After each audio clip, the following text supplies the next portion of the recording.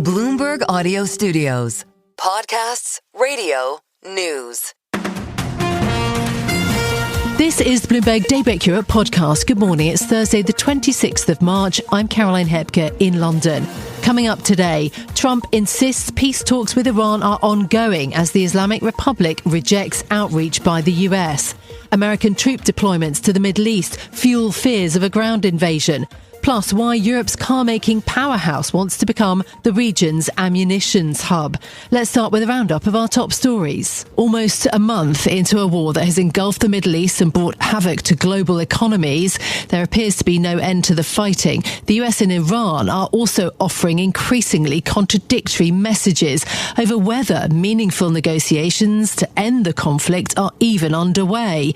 In an address last night, President Trump said Iran is desperate to come to an agreement to end the hostilities. Nobody's ever seen anything like we're doing in the Middle East with Iran. And they are negotiating, by the way, and they want to make a deal so badly, but they're afraid to say it because they figure they'll be killed by their own people. They're also afraid they'll be killed by us. President Trump's claim sharply contradicts messaging from Tehran. In an interview on Iranian state TV, Foreign Minister Abbas Araghchi said that no ceasefire talks with the US have taken place. His words are spoken by a translator. No negotiations have happened until now. I say this with certainty that we have no conversations and negotiations with our American counterparts. But over the past few days, they have begun sending messages through other countries that are our friends. If there are messages through others, to which we respond with our own position and demands, that is not called conversation, nor negotiation, or anything. This is simply sending messages through others. Araghchi's comments came as Iran has reportedly outlined its own conditions for an end to the fighting. According to the state-owned Press TV, the regime is asking for guarantees that the US and Israel will halt future attacks. They want reparations for war damages and recognition of Iran's authority over the Strait of Hormuz. The Pentagon's deployment of thousands of troops to the Middle East is fueling fears of a ground invasion, even as President Trump pushes for an off-ramp. Military officials have told Bloomberg that potential US action could look to break Tehran's hold over the Strait of Hormuz. Iran has threatened escalation if the US decides to put boots on the ground. Mona Yakubian is director of the Middle East program at the Center for Strategic and International Studies. I'm not sure these are the forces that can reopen the strait. My understanding is these forces may be used to, again, either attempt to take control of that highly enriched uranium, assuming we know where it is, possibly seize Harg Island, which is, of course, offshore, or undertake some operations along Iran's coastline. Yakubian added that Iran is deeply distrustful of the troop buildup, which includes around 5,000 US Marines and a further 1,000 due to arrive from the US Army's 82nd Airborne Division. Some Republicans have voiced caution about the deployments and have so far declined to call them a prelude to a ground attack. Bloomberg strategic energy team BNEF says that the price of Brent crude could top $154 a barrel if the Strait of Hormuz remains closed until mid-June. The analysis comes as sources tell us that American officials are examining what a potential spike in prices as high as $200 a barrel would mean for the economy. Oil prices have jumped since the start of the war. Brent crude is up almost 40%, whilst West Texas Intermediate has risen about 30%. David Ernsberger is the president of global energy at S&P. He says things could get worse from here. The markets that consume this energy, who depend on the Strait to be open, they're only feeling the late arrivals or the no arrivals of the energy that should be coming their way right about now, and that's going to build up over the next 5 or 10 days. In a sense, the pipeline that's on the water from the Middle East to the world is going to start running empty. Ernsberger's comments come as Iran's parliament is said to be drafting a bill to charge vessels for safe passage through the strait, according to sources cited by the semi-official Fars news agency. The move would formalise a practice already reported in the shipping industry, with fees of up to $2 million being sought per vessel. Well, now to Europe. The Italian government is set to cut its economic forecast in a sign of the coming shock from the Iran war. Bloomberg has learnt that the country's officials are planning to downgrade this year's expected growth from 0.7% down to 0.5% next month. Italy's finance ministry responded to Bloomberg's story, saying it is too soon for any forecasts. But the report shows how Europe is bracing for an economic hit. Here is Germany's defence minister, Boris Pistorius. To make it crystal clear, this war is a catastrophe for the world's economies. The impact is absolutely evident already now after a little bit more than 2 weeks. The closure of the Hormuz Strait has an impact for all the region in the Indo-Pacific, including Australia, but foremost, especially for Japan. That was the German defence minister. He called on both the United States and Iran to end the war. UK households and businesses are drastically reassessing their plans as they brace for a surge in prices. The British Retail Consortium's index of consumer confidence has fallen to minus 53. That's the lowest level recorded under Keir Starmer's Labour government. Bloomberg's James Wilcock has more. Consumer confidence has collapsed, and manufacturers are looking at the sharpest jump in their input costs since Black Wednesday in 1992. Those words from both the British Retail Consortium and S&P Global's PMIs. The economic alarm bells are echoed by Bank of England rate setter Megan Green, who is warning the war will have a lasting effect on inflation, even in a best-case scenario.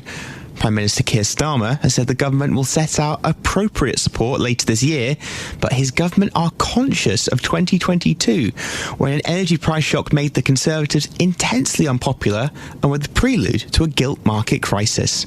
In London, James Wilcock, Bloomberg Radio. And finally, a landmark verdict has found Meta and Alphabet's Google liable for harming a user with products designed to be addictive. $6 million in damages has been awarded to the 20-year-old plaintiff by a jury in Los Angeles, a ruling that the company is vowed to appeal. Bloomberg's Asia Tech correspondent Annabelle Drulers says this decision could have far-reaching consequences. So the risk here is that is big tech looking exposed and looking at a wave of different settlement negotiations in a similar way we saw companies in the opioid industry, tobacco industry being hit a few decades ago. So legal experts so far say that there are signs that jurors are willing to attach big damage awards if these social media companies are found to be liable of creating platforms in a way that are intentionally designed to addict young users. That was Bloomberg's Annabelle Drulers speaking following the news. The trial is the start of a long line of similar lawsuits facing Meta and Google, with thousands of individual users and school districts alleging personal injury. Those are our top stories for you this morning. Thinking about the markets, so still very difficult to trade given the war in Iran. Stocks and bonds both edging lower. MSCI Asia Pacific Index is down currently 1.3%. European stock futures are in the red, down 0.9. S&P 500 E-mini futures also dropping 0.4%. Brent crude climbing this morning 2.2% at $104, above 104, so rebounding from declines we saw on Wednesday. 10-year Treasury yields rising 3 basis points to 4.35%, up some 40 basis points since the start of the war. Those are the markets. In a moment, we're going to bring you the latest on the conflict in Iran and the talk about talks, plus also how Slovakia is becoming an ammunition manufacturing hub here in Europe. But before we get to that, another story has caught my eye today, and I thought I'd tell you about it. Andreas Kluth has been writing about the internet meme that is Don Tzu. What is that? Well, it's eliding Donald Trump and Sun Tzu, of course credited with The Art of War. Andreas looks at the White House's options in the Iran war through that lens. I mean, strangely, I bought a copy of The Art of War on Friday, wondering whether I should read it given the state of the world, and not really realising how slim the volume is, just 13 chapters. Andreas has helped me along because he's picked out some key lines from the Chinese military texts. If you don't know what you're doing, neither does your enemy. Another one is you can't lose if you don't have a goal. So why is he using these phrases? Well, because, as I say, they're internet memes. Andreas says that the reality is that this war has has slipped out of Trump's control, if he ever had any.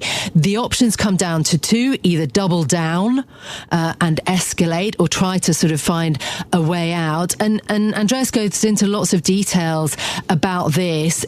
He does add, though, that the Iranian swift denials of talks with the US imply that they believe that they are tactically in a stronger position and that they can even set the terms for peace. And so that's where this whole idea sort of comes through of Sun Tzu. I just think it's amazing how instinctively people understand this, that it has now become this kind of meme that perhaps even has been taken up by President Trump, because even the commander-in-chief himself has said, I may have a plan or I may not. Anyway, I'm not going to spoil the rest of the writing, the whole of this column that has a lot in it. It's a very interesting read, even if it is a difficult one. I'm going to put a link to it. Our team will put a link to it in our podcast show notes for you.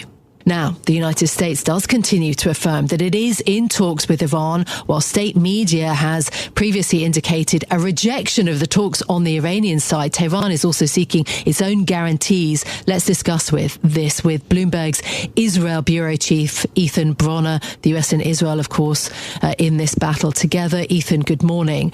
These messages, to me, seem like a propaganda war being fought on top of the war itself. And this question about who sets the terms for a peace deal, if one can be reached. Well, I think that's absolutely correct. I mean, of course, every war is also a propaganda war, because in every war, the enemy has to feel that he can't move on any further, right? And at the moment, each side is trying to persuade the other that that's the situation he is in. And you and I are somewhat in the dark as to what the truth is. And in fact, the participants themselves may be somewhat in the dark as to what the truth is. As you were saying just a few minutes ago, it may be that Iran is in a strong enough position that it doesn't have to even acknowledge that it's in negotiations, and it may not be. We don't know. Yeah.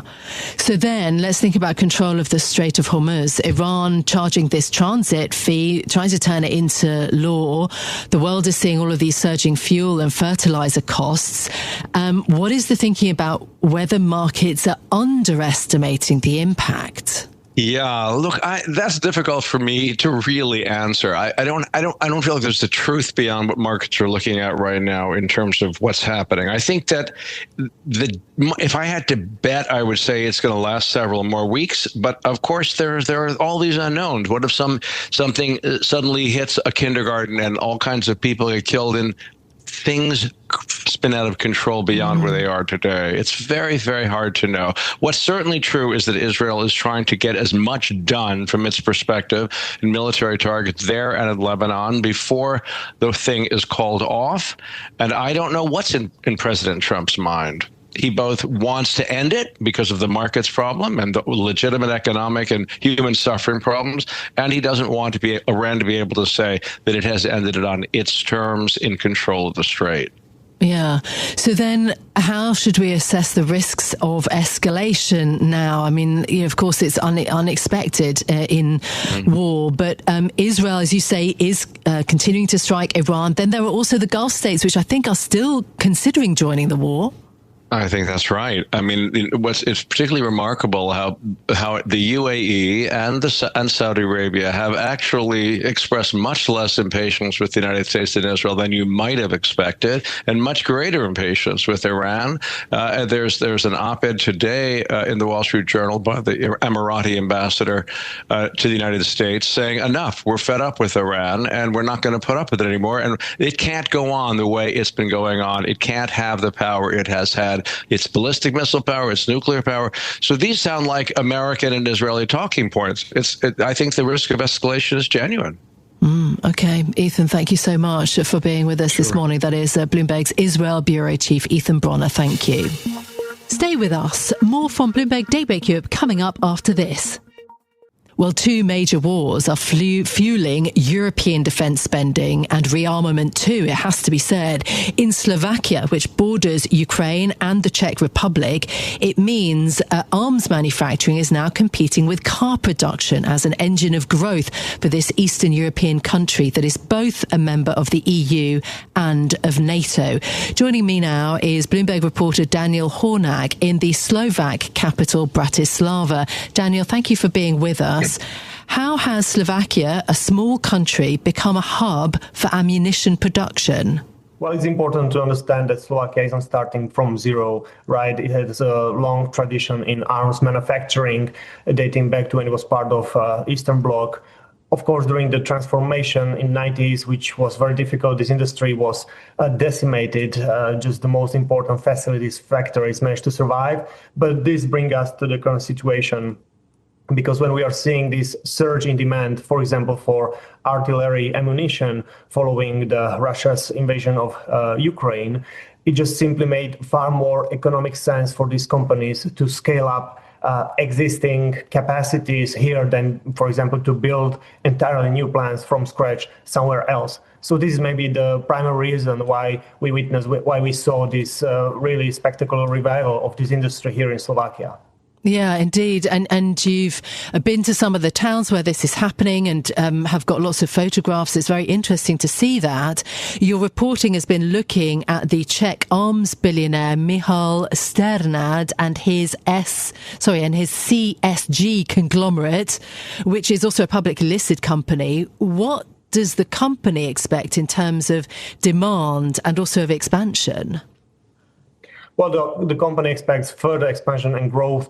When you look at the European defense industry, the demand far outstrips supply. They produce shells, armored vehicles, other defense technology that is in very high demand currently. So every additional unit of production capacity is valuable. Of course, CSG or the Czechoslovak group is not yet in the same league as Rheinmetall and other European defense giants. But as the company owner, Michal Sternad, told us in the interview late last year, he wants to get there. He wants to build this biggest European defense company. When we look at data from the company, it's been one of the fastest growing defense companies in Europe in recent years. So, they multiplied their revenue in recent years and have global ambitions. So, the trend is clear from this. Okay, yeah. So it could become an even bigger name. Very interesting. Look, how does the politics mesh with this? Sternad is close to Slovakia's defence minister. And while Slovakia is an EU member state, like Hungary, it's actually pro-Russian from your reporting. Yes, that is regarding the defense minister and CSG owner Michal Sternad. They have both very good relationship, and their collaboration is above standard, let's say, given the number of joint projects here in Slovakia. Maybe so much that they even face some suspicions of conflict of interest, which they deny. And this might come as a surprise, this boost in arms production here in Slovakia, given what the current Prime Minister, Robert Fico, and his government say. They are well known for their refusal of military aid to Ukraine, a so-called pro-peace stance. But the truth is, when it comes to supporting of this defense industry domestically, locally here, they are trying to make the most of it because they perceive it through, the creation of jobs, additional budget revenues, expansion of economy, new investments. So from this perspective, they don't see it as contradictory, or at least that's how they are trying to explain it to their voters. This is Bloomberg Daybreak Europe, your morning brief on the stories making news from London to Wall Street and beyond. Look for us on your podcast feed every morning on Apple, Spotify and anywhere else you get your podcasts. You can also listen live each morning on London DAB Radio, the Bloomberg Business app and Bloomberg.com. Our flagship New York station is also available on your Amazon Alexa devices. Just say, Alexa, play Bloomberg 1130. I'm Caroline Hepker. And I'm Stephen Carroll. Join us again tomorrow morning for all the news you need to start your day, right here on Bloomberg Daybreak Europe.